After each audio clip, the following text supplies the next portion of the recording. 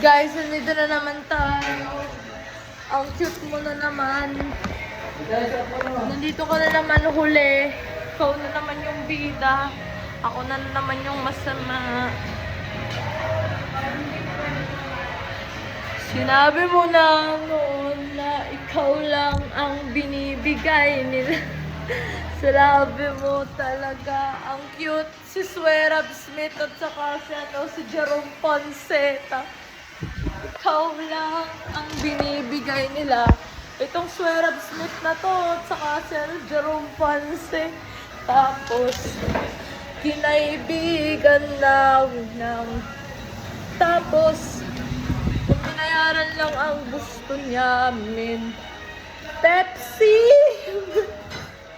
Ang cute no naman na kung sino talaga.